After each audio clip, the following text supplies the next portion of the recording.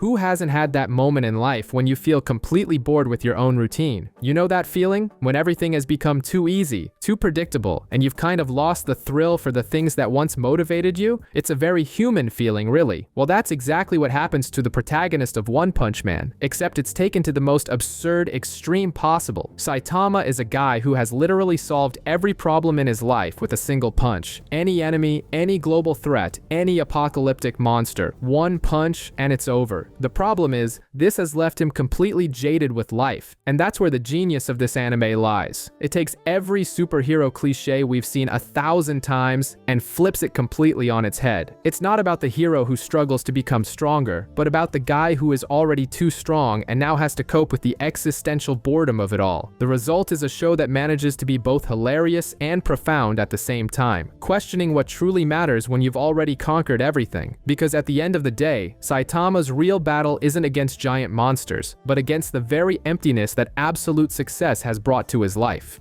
I am a victim of my own success. We kick things off in City A with a giant purple monster causing chaos, like a Godzilla who chugged way too much grape juice. He's already taken down a few heroes and is about to crush a little girl when, out of nowhere, a bald guy in a cape shows up. The monster, introducing himself as Vaccine Man, launches into a speech about how humanity has polluted the earth. He transforms into an even more sinister version, but then the bald guy, our hero Saitama, settles the matter with a single punch, and instead of celebrating, he screams in frustration. The guy is bored of being too strong. Then we get a flashback to 3 years ago. We see a Saitama with hair, unemployed and aimless. He runs into Crablante, a monster who is literally a crabman because he ate too much crab. The creature is hunting a kid with a huge chin who drew nipples on him with a permanent marker while he was sleeping. Saitama, despite having no powers, decides to protect the boy and, through sheer grit, kills the monster by ripping out one of its eyes with his own tie. Your life ends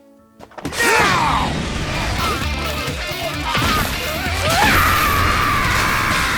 Back in the present, while Saitama is grocery shopping, another giant appears. This time, it's a guy who took an experimental steroid created by his mad scientist brother. The plan was to conquer the world, but the scientist accidentally gets himself killed when he tells his giant brother to attack Saitama, who was just casually hitching a ride on his shoulder. The giant gets furious and attacks Saitama, but the bald hero doesn't even flinch. With one punch, he defeats the monster and, as a bonus, accidentally destroys all of City B. Having overwhelming strength is pretty boring, actually.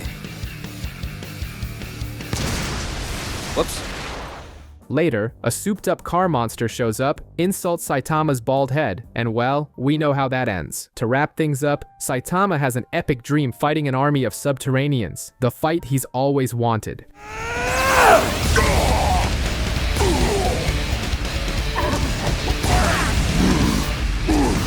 But then he wakes up to find the invasion is real, except in real life, the monsters surrender after he defeats their king with a single blow. Meanwhile, in a distant location, a cyborg named Genos begins walking toward the city. While Saitama is tending to his cactus, the TV warns that a giant swarm of mosquitoes is heading for City Z. Our hero tries to kill a single mosquito that got into his apartment and fails miserably.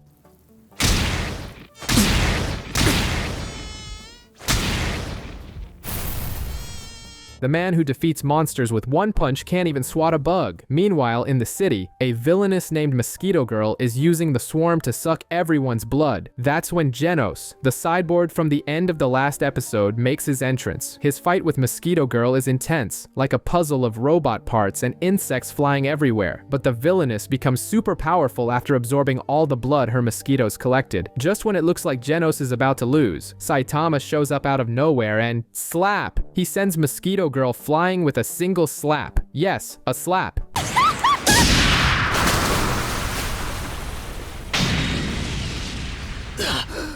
Genos is so impressed that he practically begs to become Saitama's disciple. The bald hero, a bit confused, accepts. A few days later, Genos shows up at his house and starts telling his tragic life story about a rogue cyborg in a monologue so long that Saitama nearly falls asleep from boredom. Their conversation is interrupted by a robot from the House of Evolution who has come to invite Saitama for some experiments. The messenger is destroyed on the spot. Shortly after, Saitama is caught in a trap, and Genos faces another cyborg, armored gorilla. gorilla, Saitama escapes easily, defeats his opponents, and interrogates the gorilla, who panics when he learns the rest of his team has already been obliterated. In the end, we see the head of the House of Evolution, Dr. Genos, in a room full of clones of himself. It seems he takes trust yourself to a whole other level. The episode gives a quick rundown of Dr. Genos' backstory, a brilliant scientist who became disillusioned with humanity and decided to create his own artificial evolution, discovering immortality and making an army of clones of himself. The narration is so long that an impatient Saitama himself tells him to cut it short. Armored Gorilla then explains that Dr. Genos is interested in Saitama's body. Our hero, being a bit dense, thinks the scientist is hitting on him until Genos clarifies it's for research purposes, not for a date. I'm not interested in dudes. That is not what he meant.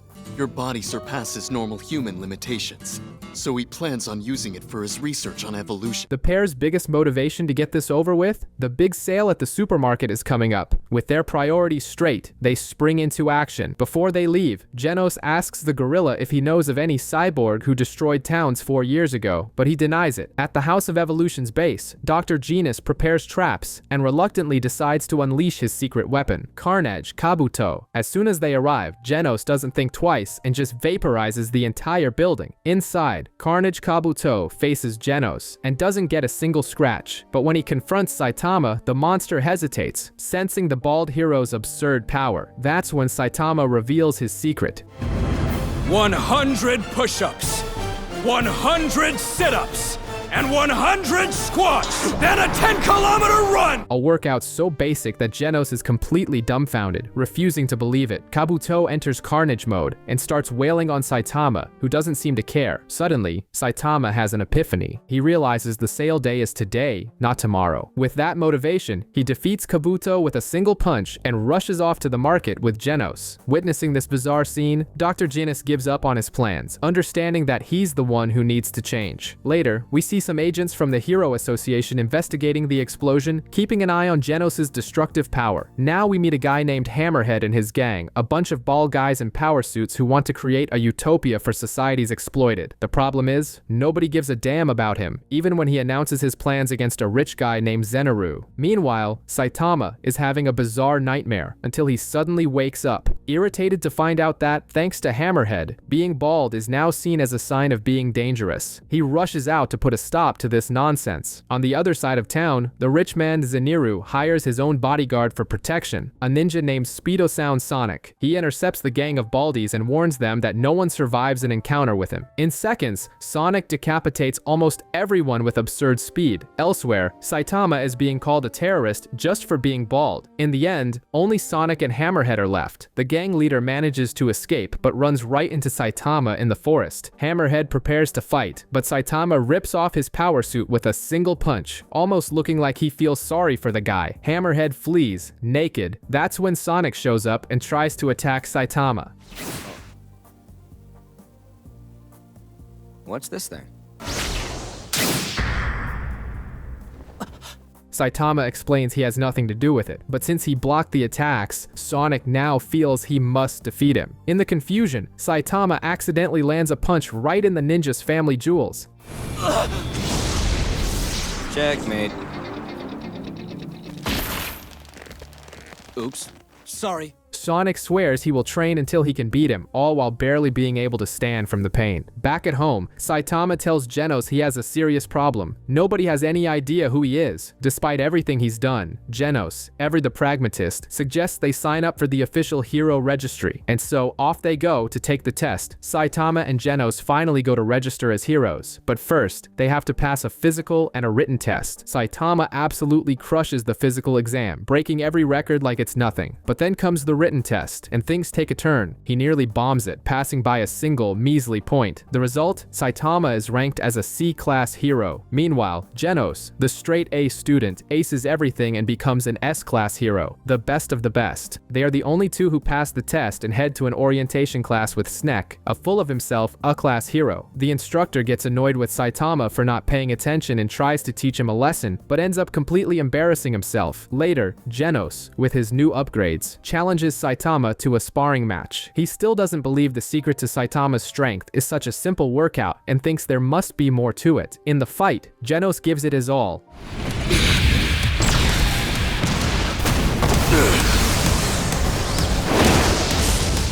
while Saitama is just messing around dodging attacks like he's swatting a fly. Genos asks him to fight seriously, and when Saitama finally decides to throw one punch,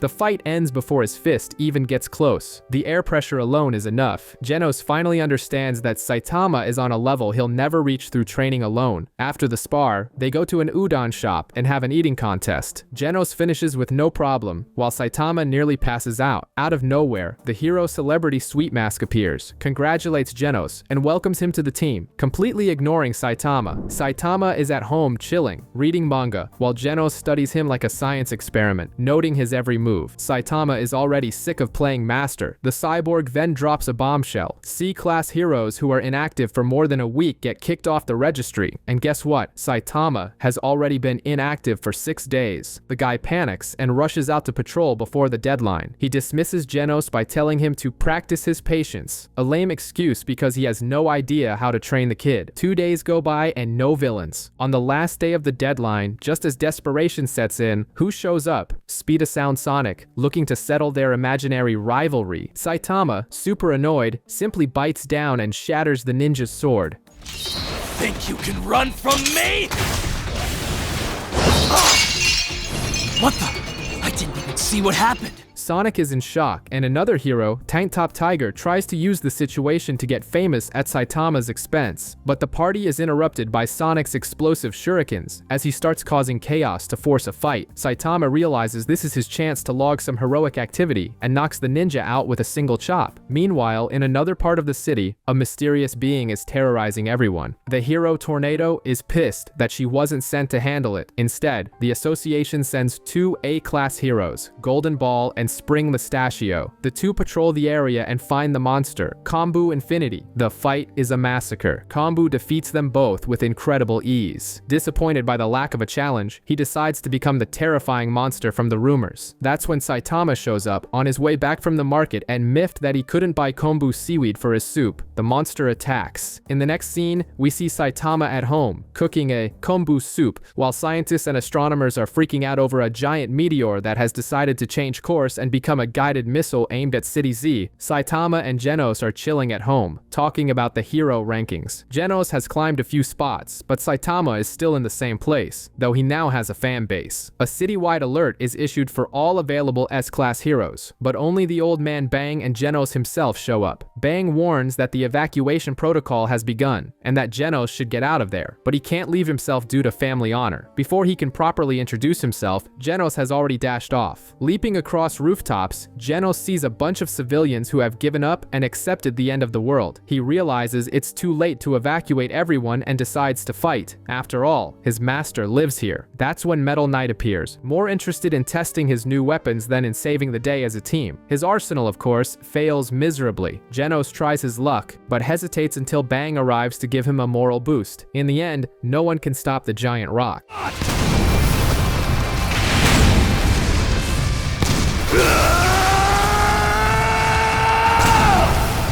Then Saitama steps in and destroys the meteor with a single punch. You're not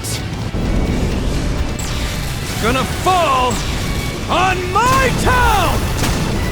The problem? The debris rains down all over the city, leaving everyone homeless. The next day, Saitama discovers that Genos has shot up the rankings to 5th place, while he remains unchanged. Saitama asks about the threat levels, and Genos explains. But Saitama counters with simple logic. If the heroes run away, who will fight for the helpless? Genos is amazed and writes it all down. Later, the brothers Tank Top Tiger and Tank Top Black Hole gather an angry mob to blame Saitama for the destruction. They try to humiliate the rookie, but Saitama turns the tables and shuts everyone up with an epic speech. I don't do this hero thing for admiration or approval or anything like that! I do it because I want to, understand? So if you want to blame me, go ahead! A messenger from the Sea Folk emerges to announce that they will exterminate humanity. Saitama, who was on his way back from shopping, simply walks past him and blows him up with a punch. Moomin Rider, the cyclist hero, arrives late as always, just in time to see the aftermath and hear people talking about Saitama. Curious, he looks him up online and discovers that the bald guy is powerful, but opinions on him are very divided. On the coast, several giant sea monsters emerge, threatening City J. The A-class hero Stinger faces them with his bamboo shoot spear. Meanwhile, Genos is at home drawing dishes with his cyborg attachments while Saitama watches Stinger's fight on TV. The two decide to head over. Stinger manages to handle a few monsters but is ultimately defeated by their boss, the Deep Sea King. Saitama and Genos head into the fray. Genos goes ahead to investigate. Several other heroes try their luck against the Deep Sea King, but they all fail. Lightning Max, Putty Putty Prisoner, and even the ninja Speed of Sound Sonic. Sonic manages to fight on equal footing for a while, but then it starts to rain. The water transforms the Deep Sea King, unleashing his true form and forcing Sonic to flee. Along the way, Saitama runs into Moomin Rider. Suddenly, Saitama spots Sonic running naked in the rain and takes off after him, completely distracted. Moomin Rider gets a call from the Hero Association with the monster's location. It has invaded an emergency shelter and is already taking out the heroes inside. He decides to face the threat alone. Saitama, on the other hand, returns to the spot where he left Moomin Rider and finds his cell phone lying on the ground. While Saitama waits for the Hero Association's authorization to fight, Genos is already trading blows with the Deep Sea King. He launches a massive attack that seems to have finished the monster.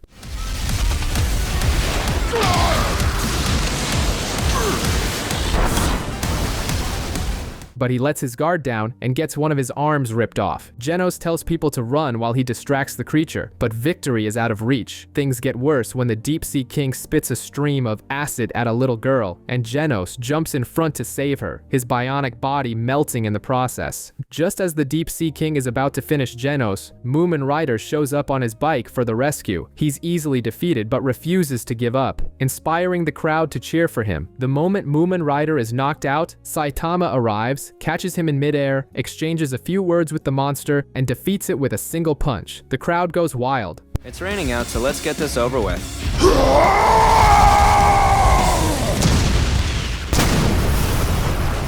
But one guy starts saying the other heroes were a sham since a C-class hero defeated the monster so easily. To save their reputation, Saitama makes up a lie. He says he just got lucky, that he arrived at the end when the monster was already weakened. He paints himself as an opportunist, and the crowd buys it, turning on him with hatred. Back at the apartment, Genos receives fan mail, while Saitama gets a letter full of hate. But among them is a simple note: "Thank you." Shortly after, he receives a letter from the association promoting him to B-class. Elsewhere, Sweet Mask, the pretty boy hero, learns that it was Saitama who really won. At the hospital, the heroes recover, and Putty Putty Prisoner gets pissed reading in the newspaper that they called him an S-class failure. That night, Saitama runs into Moomin Rider, who reveals he sent the thank you note and treats him to dinner. After the credits, a seer warns, "The Earth is doomed." Tornado is sent to deal with a giant lizard monster. After a brief argument, she simply yanks a meteor from space and drops it on the creature's head, because why not? Overkill level maximum. Meanwhile, at Bang's dojo, he tells Saitama and Genos the story of his former star pupil, Garou, who basically went nuts, beat up everyone, and became a villain. Their chat is interrupted by an employee from the Hero Association, who summons all S-class heroes for an emergency meeting. It's like a homeowners association meeting, but with this universe's Avengers. There, Saitama meets a bunch of new, arrogant faces, like Atomic Samurai. The head of the association, Sitch, warns that things are about to get ugly. The Great Seer died choking on a cough drop, but not before leaving a prophetic note. The Earth is in trouble. He tells everyone to prepare for the next 6 months. He barely finishes speaking when a massive alien spaceship simply erases City A from the map. Out of nowhere, a monster named Melzigard appears. What was that? Who knows? It flew, so we killed it. That is good. Duty to protect the ship.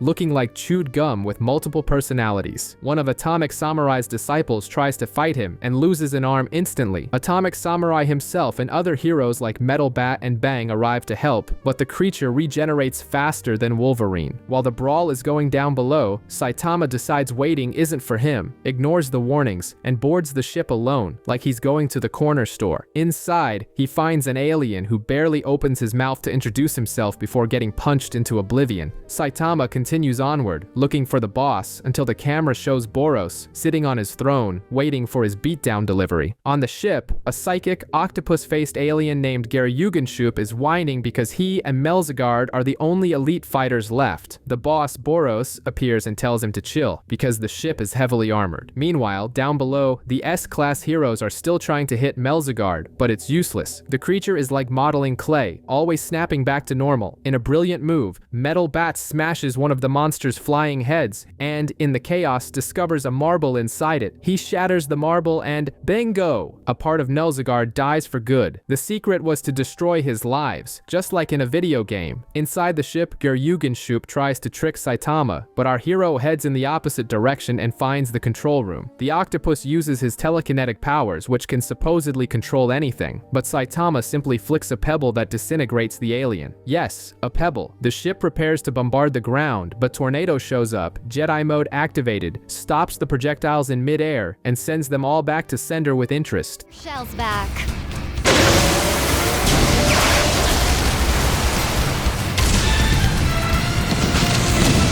So, Melzigard attacks Bang, but he gets thrown back and knocked out. Saitama finally finds the big boss, Boros. The alien scans the bald hero, and his power meter explodes. He recognizes Saitama as the strongest being on Earth, and begins his villain monologue, explaining he came because of a prophecy to end his boredom. Saitama has no patience for drama, and punches him in the face. Except, Boros survives. His armor shatters and reveals his true form.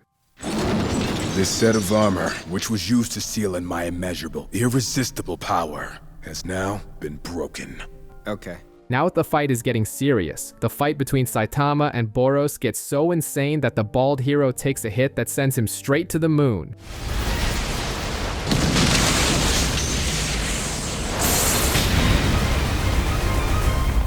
But he doesn't even sweat it. He pushes off the lunar surface and returns to Earth in seconds, as if the moon were a trampoline. Meanwhile, the heroes left on the ground finally figure out Melzigard's trick. Bang, who had taken a nap after getting knocked out, wakes up and destroys the monster's last marble. Game over for the alien Gumwad. Back to the main event. Boros shows off an insane regenerative ability, like Piccolo's, but Saitama couldn't care less. The fight reaches its climax. Boros unleashes his most powerful attack, an energy beam capable of destroying the planet's surface. Collapsing star! Roaring cannon! Saitama responds with his serious punch. Guess who wins? Killer move, serious series. Serious punch. Defeated, Boros admits the fight wasn't even close to balanced. He was looking for a challenge and found a god. After the fight, Sweet Mask, a handsome but ruthless hero, shows up to scold the S-Class for the destruction and executes the surviving aliens in cold blood. Saitama exits the ship and finds Tornado throwing a fit. Genos, ever direct, tells her to shut up and calls her a brat. Bad move. She smashes him against a rock until Bang arrives to break up the kids' fight. In the end, Metal Knight uses the ship's wreckage to rebuild the association's headquarters. In the post-credits scene, a giant dragon-level monster named Pluton appears, destroying everything. Saitama arrives, throws a punch, and it's over. Saitama and Genos are coming back from the market when they run into King, the S-Class rank 7 hero. A monster named Tongue Stretcher is terrorizing the public, but he surrenders the moment he sees King, just from hearing the famous King engine. Right after, a giant robot named G4 shows up and challenges King to a fight. King, being clever, makes up an excuse that he needs to use the restroom to fight with full power. The truth is, G4 will start attacking civilians if he doesn't return in 10 minutes. Then we find out the truth. King is in a total panic because he's not the strongest man on Earth, but just a regular otaku who, by sheer luck, was always in the right place at the right time when monsters were defeated and ended up getting all the credit. While Genos goes to fight G4, King rushes home to play his dating simulator, but Saitama follows him and catches him red-handed. Embarrassed, King switches games, and the two start playing together. Out of nowhere, a giant crow attacks the apartment.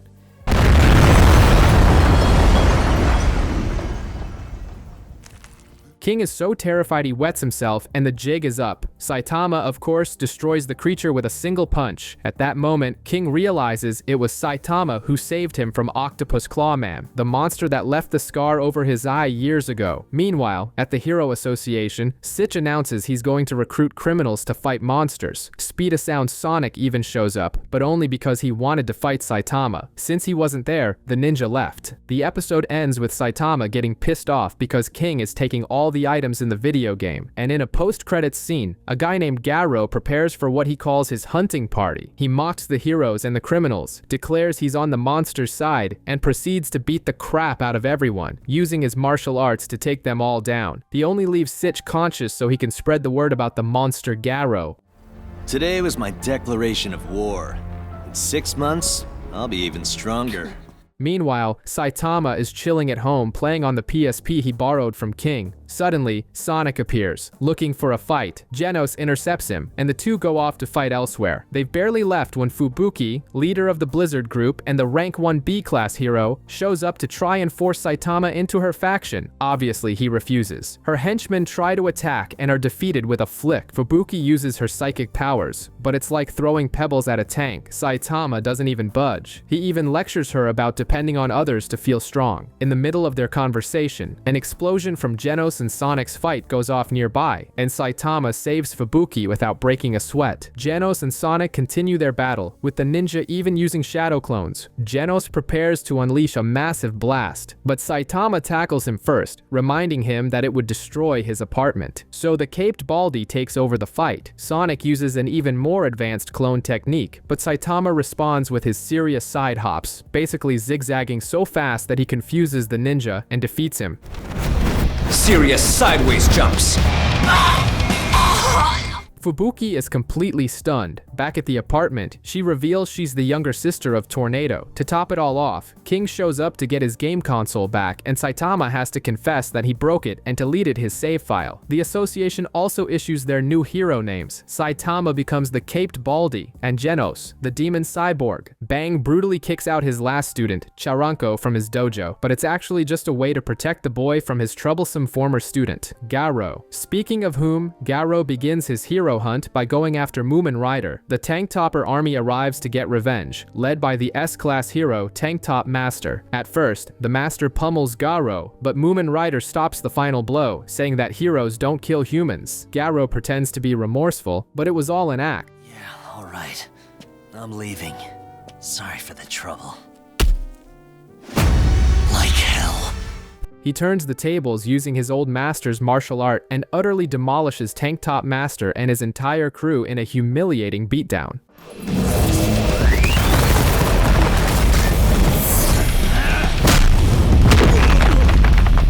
Meanwhile, Saitama is off in his own little world. He visits Moomin Rider in the hospital, hears about how dangerous Garou is, and decides he wants to learn martial arts. To win the prize money in a tournament, Charanko gives him a ticket to the event. Garou, in turn, receives a hero guide from a young boy and continues his hunt, defeating the A-class heroes Golden Ball and Spring Mustachio. Then, fate brings the two together. Saitama is on the street, looking for a wig to disguise himself for the tournament. Garou spots him and, thinking he's just some random hero, tries to land a karate chop on the back of his neck. The blow doesn't even tickle him. Saitama, thinking it's a mugging, responds with a simple chop to the neck that knocks Garou out instantly. Trying to rob me? Who do you think you are? Don't bother me when I'm shopping. Afterward, he calmly goes and buys the wig. In the post-credits scene, Genos sees the wig and, worried about his master's baldness crisis, calls Dr. Kuseno to research hair transplant options. And now we learn Garou's origin story. As a kid, he always rooted for the villains because he thought it was unfair that the popular good guys always won. To him, the monsters tried their hardest, but always lost for being seen as weird. Fed up, Garou decided to become the strongest monster of all and change the script for good. The scene cuts to him waking up, his memory wiped after the fight with Saitama. He runs into the little boy, Tario, again, and upon seeing Watchdog Man and Metal Bat, decides they're his next targets. Meanwhile, Saitama has infiltrated a martial arts tournament disguised as Charanko. He's looking over the list of fighters when Sourface, a former student of Bang's, shows up. The guy wants to win to get famous and reveals a new rule. Anyone using a disguise or found to be an imposter will be banned for life and have to pay a hefty fine. Saitama is screwed. Sourface also explains what happened 6 months ago. Garou went nuts, destroyed the dojo, and was expelled by Bang. When Sourface insults Charanko, Saitama defends the real fighter's courage and promises to win the tournament, making the guy furious. Elsewhere, the Hero Association is assigning S-class heroes as bodyguards for VIPs. King, the master of bluffing, manages to get out of it by saying he's fighting a family's secret boss. Little do they know, it's just a video game boss. Metal Bat, however, gets the short end of the stick. Instead of seeing his sister's piano recital, he has to babysit a sponsor's son. During a call from his sister, two monsters attack, but Metal Bat takes them out easily. But then things get worse. Senior Centipede appear, the latter releasing a sleeping gas. To stay awake, Metal Bat hits himself in the head to get an adrenaline rush and manages to defeat them both. But the peace is short-lived, as the dragon-level monster Elder Centipede appears. During the fight, Metal Bat is thrown and lands near Garou, who assumes he's dead, but the hero gets back up, and Garou, seeing a new challenge, goes after him. The brawl continues with Metal Knight trying to stop Elder Centipede with missiles, but it doesn't even scratch it. Meanwhile, Garou seems to be winning his fight against Metal Bat, but he admits that the hero almost defeated him with a single blow. As Garou turns his back, Metal Bat gets up for a surprise attack.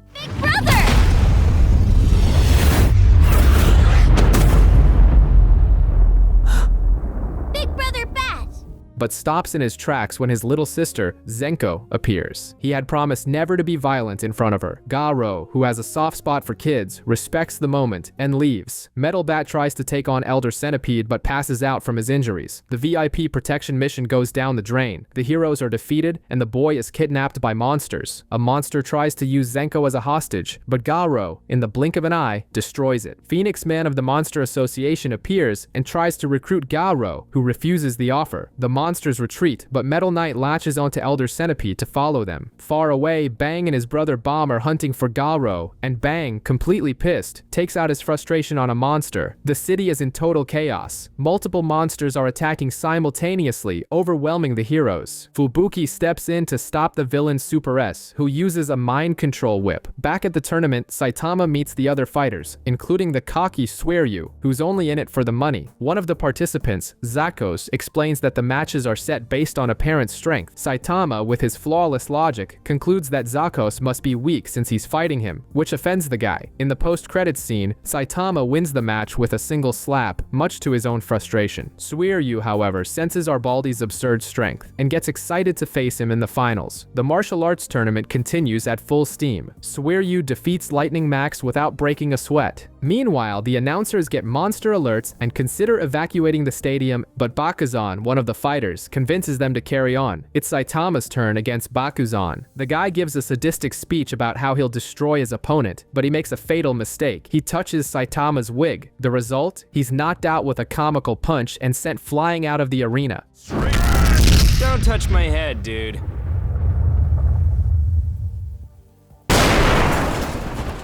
Rule number 1 of Fight Club, you do not touch the wig. Meanwhile, Genos is out cleaning up the city, but a demon-level monster, awakened cockroach, barely manages to escape. When Genos lets his guard down, he's ambushed by a mysterious and powerful figure. Elsewhere, the villain Super S manages to mind control Fubuki's gang. She reveals she's only attacking Fubuki to get the attention of her older sister, the powerful Tornado. Fubuki warns her that if she gets hurt, her sister will know, and just like that, Tornado appears out of nowhere, easily defeats the controlled henchman, and then scolds Fubuki, telling her that surrounding herself with weaklings only makes her weaker. Typical sisterly dynamic. Back in the arena, Swearyu faces Snek. He dodges all of his attacks and humiliates the hero, telling him he's useless. With a single blow, Swearyu knocks him out, philosophizing that in the end, the strong always survive. The post-credits scene is a roller coaster of chaos. Garou finally finds Watchdog Man. The being that defeated Genos is revealed. Goketsu, a dragon-level monster. Sweet Mask's show is attacked, as is the hospital where Moomin Rider and Tank Top Master are recovering. A monster is looking for Pooty Pooty prisoner, but discovers he's already broken out of jail to fight. And the final bombshell, the big bosses of the Monster Association, Gyoro and Orochi, have captured Metal Knight. Things just got serious. Child Emperor is using his robot, Underdog Man, to analyze the poison of a monster named Eyesight. It's like a hero CSI. He detonates the robot, but the monster survives by hardening her skin. Just as she's about to grab Child Emperor, Pig Da, god, S-class hero, rank 10, shows up and, without ceremony, eats the villain. Yes, he ate her. Then, he calmly heads off to hunt more monsters. Meanwhile, Garou is eyeing Watchdog Man, S-class hero, rank 12, but a random monster cuts in line and attacks first. That was close. Elsewhere, Death Gatling gathers a crew to fight 100 Eyes Octopus, but Flashy Flash, S-class hero, rank 13, arrives and handles it at the speed of light.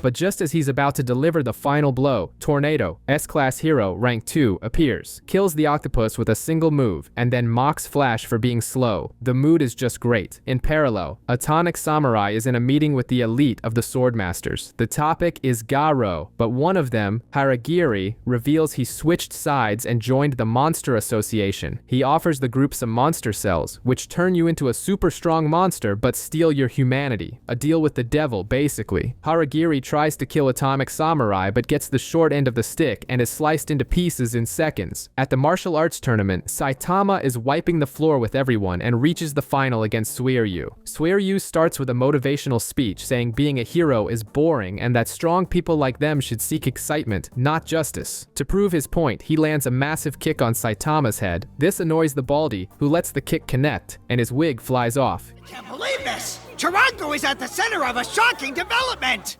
In the middle of the match, he was outed as wearing a wig!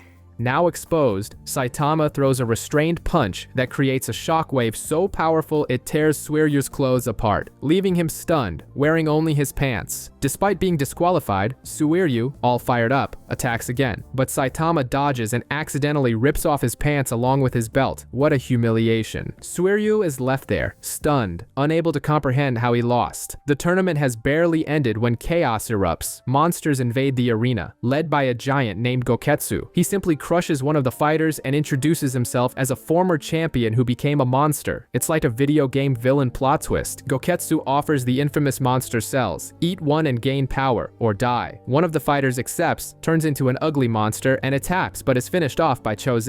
Seeing the power, Chose himself decides to switch sides and eats a cell too. Several others follow suit, and suddenly the tournament has become a monster zombie apocalypse. Suiryu, still trying to forget the beating he took from Saitama, decides to fight to impress a girl, and he puts on a show. He defeats the new monsters as if they were nothing and even beats the transformed Chose, though not without getting injured. Thinking he's all that, he refuses Goketsu's offer and attacks him. Bad idea. He's beaten violently and ends up vomiting blood. The power gap is absurd. Far away, Garou finally fights Watchdog Man, but is completely dominated. The hero doesn't fight like a human, but like an animal, and Garou can't make sense of it. Back in the arena, Suiryu, completely broken, begs Bakuzan for help, but the guy just laughs at him, eats all the remaining monster cells, and transforms into a giant freak. The heroes Snek and Lightning Max even try to help, but are defeated by Goketsu in the blink of an eye. Gyoro, one of the monster bosses, orders Goketsu back to base. He intimidates Bakuzan to keep him from getting a big head and leaves. Now alone, Bakuzan takes out all his frustration on Suiryu.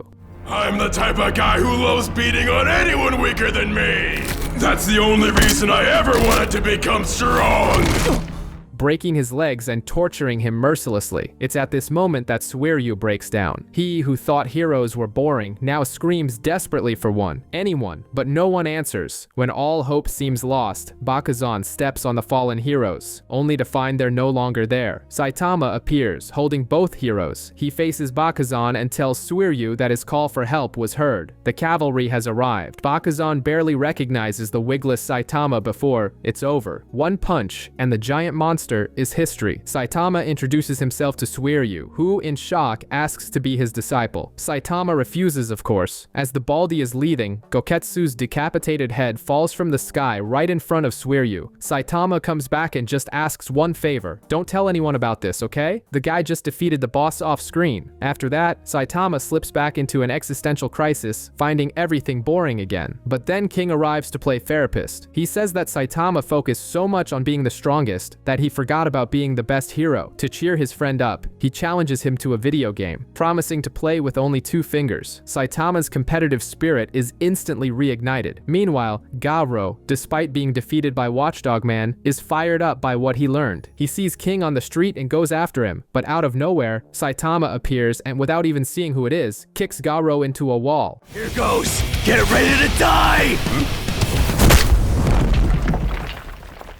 That dude was trying to attack you. The hero hunter got hunted without even knowing by whom. Elsewhere, Speeda Sound Sonic is attacked by 2 ninja monsters who offer him the magic cells. Sonic, wanting to get stronger to defeat Saitama, accepts, but instead of eating it raw, he decides to cook the cell. The result? He doesn't become a monster, but gets a massive stomachache. Not everyone is cut out to be a villain. To wrap things up, Putty Putty Prisoner defeats a monster by hugging it to death. Zombie Man is tracking a cyborg gorilla, and a monster infiltrates the Hero Association to deliver a message. The fight is far from over. Saitama is getting his ass kicked by King in a fighting game, which proves that being the strongest in the universe doesn't help you press buttons in the right order. While Saitama is moping, he notices an emergency transmitter on King. Meanwhile, at the Hero Association, things get serious. Gyoro and a monster named Destrochloridium take control of an executive and start a "let's coexist in peace" speech. But it's a trap. They kill the guy and declare all-out war, calling all heroes to throw down against the Monster Association. Destrochloridium pulls out his pistols to finish the job, but Super Alloy Darkshine arrives just in time. The monster tries to control the hero, but it's like trying to control a mountain of muscle. It doesn't work. Darkshine simply knocks the creature out. In another meeting, this time on the villain's side, Orochi is taking stock. He realizes Awakened Cockroach lost his last fight and without mercy, eats the poor guy. Super S saves herself because Gyoro says she has some special tricks. When Orochi asks about Goketsu, he finds out he's already kicked the bucket. News of the war leaks and a bunch of random monsters try to join the party. The problem is they run into Saitama, who was late taking out the trash and simply sweeps them all out of his way. Far away, Garou wakes up from Saitama's kick and comes face to face with Death Gatling. Too tired to fight, he hides in a shack. There, he runs into Tario again, the kid he'd helped before. Garou gives him some straight talk. If you don't want to get bullied, you have to get stronger. Meanwhile, Genos is getting an upgrade from Dr. Kuseno, like tuning up a car for the next race. Night falls, and Death Gatling shows up with his crew to corner Garou. Garou grabs Tario's almanac, gives it a quick look, and charges, yelling that after them, he will have defeated 100 heroes. But their teamwork is good, and Garou starts taking a beating. Chain Toad and Smile Man launch a ceaseless barrage of attacks. He targets Glasses, thinking he's the weakest, but finds out the guy with glasses knows how to fight too. Garou, already out of breath, is given one last chance to surrender. Death Gatling explains that his team is made up of heroes who have faced death before, and are there to finally get the recognition that the S-Class heroes steal from them. Garou scoffs, but then suddenly feels the poison from Shooter's arrows taking effect. Even in bad shape, he doesn't give up. Garou remembers his childhood, rooting for the monsters on TV, and uses that anger as fuel. He dodges their attacks, and, using the Water Stream Rock Smashing Fist, makes the heroes attack each other. He uses one as a shield, throws rocks at another, and takes the crew down one by one in an impressive choreography of carnage. Glasses has a flashback to when Saitama saved him and inspired him not to give up. With that motivation, he tries to fight, but Garou is too fast and leaves him in pieces. Stinger also tries to help, but is knocked out. Only Death Gatling is left. He activates his final move, the Death Shower, a hail of bullets. Garou yells that there's a kid in the shack behind him, but the hero doesn't believe him. To protect Tario, Garou deflects almost all the bullets with his bare hands, absorbing some in the process. Possible. How could he survive that? Shocked, Death Gatling charges with a blade, but Garou easily defeats him and shatters his weapon. Tario comes out of the shack, sees the scene of destruction, and Garou covered in blood. Oh. You're still alive. The boy runs away, terrified. As Garou, victorious but finished, tries to leave, Genos arrives in full force, looking like a brand new Transformer. The fight starts again, and Garou, even injured, manages to use Watchdog Man's movements to rip off the cyborg's arm. But it was a trap. The arm pins him to a tree. As Genos prepares for the final blow, Bang, his former master, appears and lands a brutal kick to Garou's face. Bomb, Bang's brother, joins in. This family reunion is going to be rough. Bang is not messing around and starts thrashing Garou, showing him who the true master of the water stream rock smashing fist is.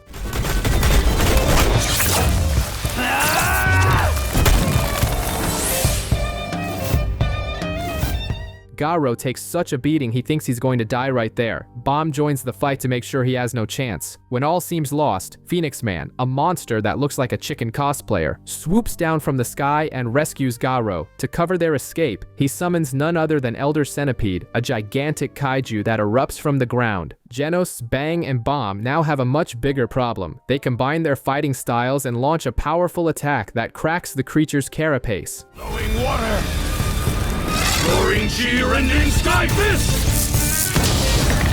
But it's no use. The centipede regenerates in seconds, stronger than before. Seeing they have no chance, Genos decides to sacrifice himself. He flies into the monster's face, enters its mouth, and tries to blow it up from the inside with his most powerful cannon. The scene is epic, but the centipede simply spits the broken Genos back onto the ground. The monster prepares to crush the fallen heroes, but then their luck turns. King appears in the forest with a megaphone. With a straight face, he starts taunting the centipede, saying he brought Blast, the only hero who ever managed to wound it. It's all a bluff to lure the beast away from the city. The centipede falls for the taunt and rushes towards King. At the last second, King yells for Saitama, who arrives just in time. With a single serious punch, Saitama completely disintegrates the monster from end to end.